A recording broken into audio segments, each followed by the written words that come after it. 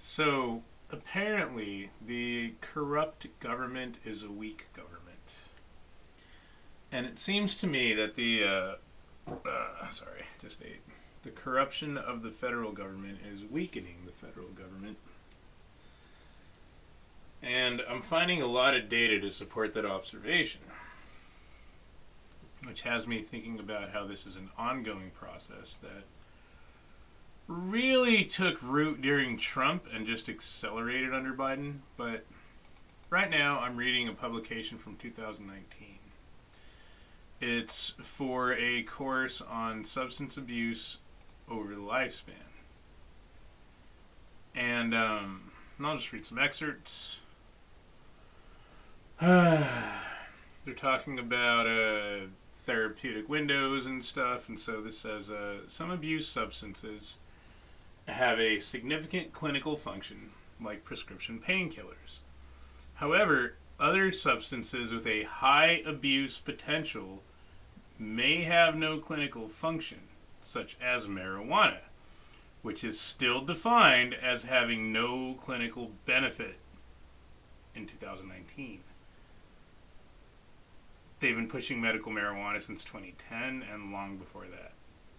2019, still no clinical benefit. Bath salts and PCP. So I totally agree with marijuana going into those categories. To simplify a complex matter, drugs with no clinical benefit are deemed illegal, and drugs with some clinical benefit, but also the potential for abuse, are controlled by several layers of highly trained experts like drug manufacturers, physicians, nurses, and pharmacists for the purpose of consumer protection. Now, it's difficult for me to read that and believe this author because there is no consumer protection for marijuana. There is no regulation from the drug manufacturers of marijuana, etc. Anyway, there are multiple local, state, and federal agencies that help control the flow of drugs. And while there is much debate about what to do regarding drug use penalties as well as legalizing drugs, we do know as prevention specialists that one of the single most influential factors in drug use is availability. Anytime a drug becomes more readily available, its use goes up. In contrast, anytime a drug becomes less available, its use goes down. For these reasons, there will likely always be some degree of control or restriction of substances that have potential for abuse and dependence. Because availability is the number one predictor of use, limiting supplies has been a high priority of many federal, state, and local agencies, departments, centers, and services. And then he goes on to, to the Drug Enforcement Agency and stuff like that. Now, on top of that, he also discusses the cost of drug abuse, including marijuana. I'll just read that real quick. Substance use and abuse is a public health epidemic impacting our families, friends, neighbors, schools, communities, counties, states, and collectively our nation. In America, the cost of cancer is expected to reach almost $174 billion by 2020, CDC 2020. Diabetes contributes to a variety of health issues and contributes to $237 billion in healthcare expenses each year. The cost of substance abuse far surpasses both diseases, combined at about $740 billion annually. Substance abuse also accounts for about 50% of the homeless individuals in America in 2011, more now, and approximately 66% of federal prison inmates suffer from a substance abuse disorder. And it just goes on. It's really nightmarish. But they also show how marijuana is the most widely used drug in all regions, which has these subsequent things of, cannabis, World Drug Report 2019 found marijuana remained the most widely used drug in all regions, accounting for more than 188 million people worldwide. In the context of cannabis legalization, intensity of cannabis use has been increasing, particularly in North America, where the number of past year users increased by 60% from 2007. Amphetamines and ecstasy were used most frequently in North America. Connected. Gateway drug effect. An estimated 28.9 million people used amphetamines, with about 21 million people using ecstasy. Some 53.4 million people use opioids, which were used most frequently in the Americas. This includes people using prescription opioids for non-medical purposes. The number of people using opiates such as heroin and opium is estimated at 29.2 million. This is an increase from 19.4 million in the United States in 2016. Around 20 million people use cocaine, and there are signs of increase, particularly in North and South America.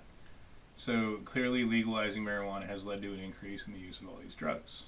Cocaine, heroin, amphetamines, ecstasy, etc. And then he goes on to the DEA. And so that reminds me of the Federal Bureau of Investigation's Assailant Mindset Report of 2016 that cites all the increase of homicides on law enforcement officers specifically because of the decriminalization of cannabis in all these regions and the legalization in some states. But if it's still a Schedule 1 on the federal level, then why is it legal in all these states?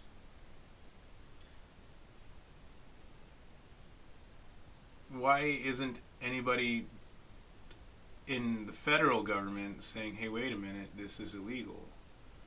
If federal law overrides state law, you guys can't sell marijuana. It's a Schedule 1 narcotic. The Drug Enforcement Agency, scheduling. Obviously, the junkies will get triggered and claim there's all these clinical benefits that aren't real. But I think one is epilepsy. That's a common one that I hear. Now, if the risk for abuse and addiction outweighs the benefit, this means that everyone who uses marijuana to treat epilepsy develops a tolerance and therefore needs stronger potency to the point that marijuana is not enough. I would imagine this happens within 3 months to 2 years.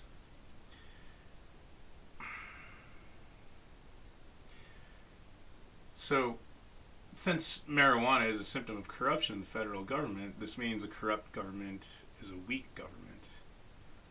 And the corruption and weakening of America is caused by not just drugs, of course, also pornography, immigration, etc., but marijuana is a core component to the corruption and, just a corrosive element in general to the strength of our nation, things like that, morals, etc.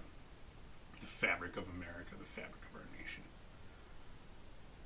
And that's really interesting to me because Donald Trump was the first one to legalize hemp/CBD.